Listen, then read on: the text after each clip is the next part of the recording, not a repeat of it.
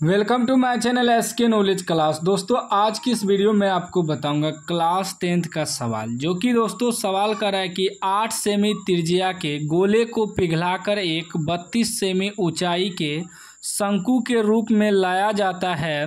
शंकु के आधार की त्रिज्या ज्ञात करें। देखिए कह रहा है कि 8 सेमी त्रिज्या का एक गोला है। ये आपका गोला हो गया, जिसे फुटबॉल होता है, गेंद होता है, वो गोला होता है, ठीक है ना। तो ये 8 सेमी त्रिज्या इसका कितना है, त्रिज्या, ठीक ना। त्रिज्या को 8 से सूचित करते हैं, 8 cm है, ठीक। कह रहा है इसी गोला को पिघलाता है और इसी गोला को पिघलाकर शंकु बनाया जाता है। तब इस शंकु का ऊंचाई दिया है कि 32 सेमी है। इस शंकु का जो है ऊंचाई यानी कि h दिया है 32 cm, ठीक ना। इसका कह रहा है कि त्रिज्या बताइए, आधार की त्रिज्या यानी कि त्रिज्या निकालना है, ठीक ना। शंकु का त्रिज्या निकालना है।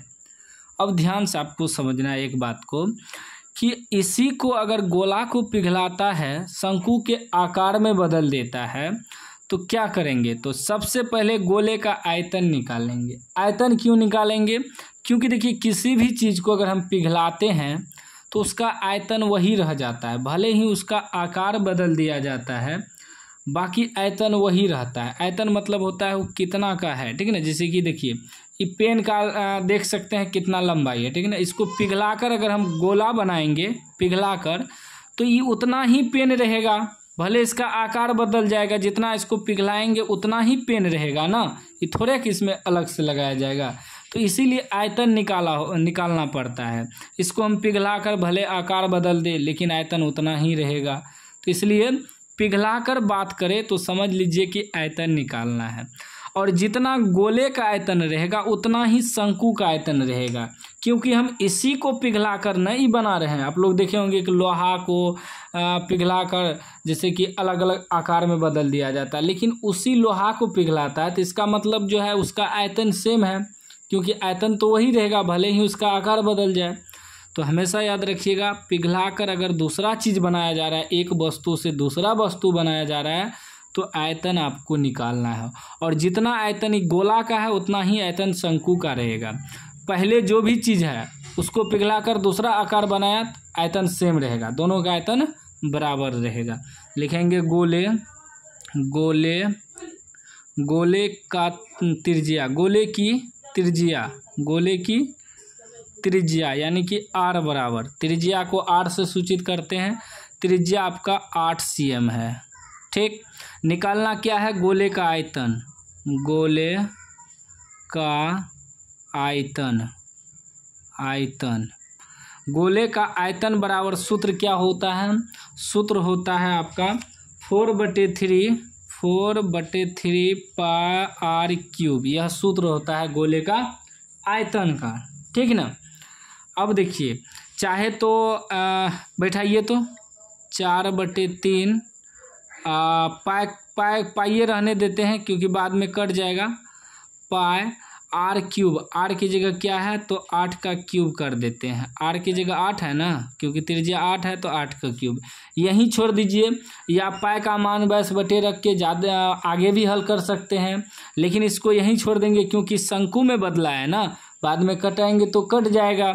तो चलिए अब इसी को पिघलाकर यह बनाया जाता है, तो जितना गोले का आयतन होगा उतना ही शंकु का आयतन होगा। लिखेंगे शंकु, शंकु, शंकु की, शंकु का त्रिज्या, शंकु का त्रिज्या, त्रिज्या r बराबर मालूम नहीं है, निकालना है, लेकिन शंकु का ऊंचाई हमें दिया है सवाल में, ऊंचाई यानी कि h बराबर, ऊंचाई कितना दिया है 32 cm, 32 cm लिख देंगे।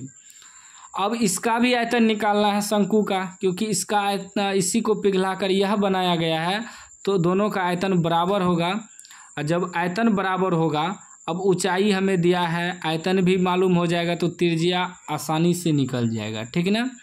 तो लिखेंगे शंकु, शंकु का आयतन, आयतन, शंकु का आयतन बराबर हो जाएगा गोले का आयतन, गोले का आयतन, क्योंकि उसी को पिघलाकर बनाया है तो आकार सेम रहेगा, सॉरी आकार अलग अलग रहेगा लेकिन आयतन सेम रहेगा।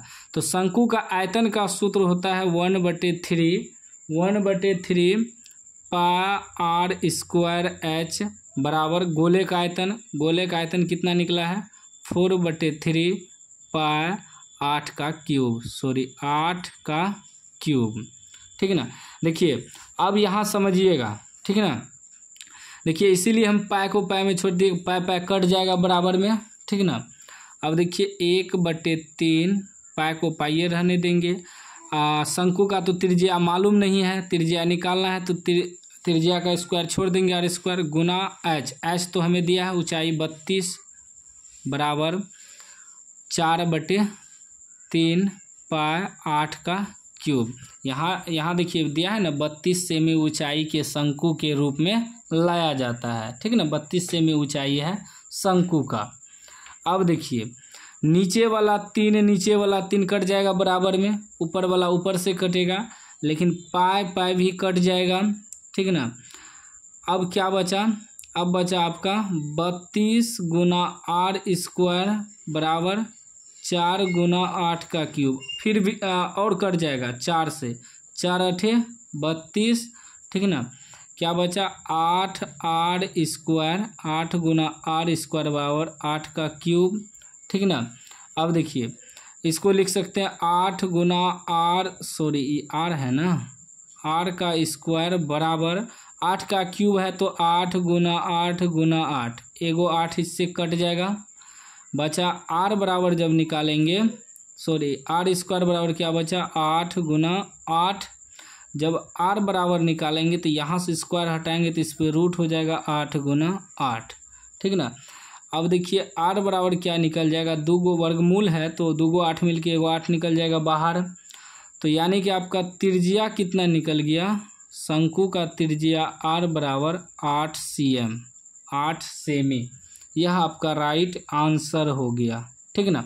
इस तरह का सवाल आपको दे तो इसी प्रकार बनाना है, ठीक ना।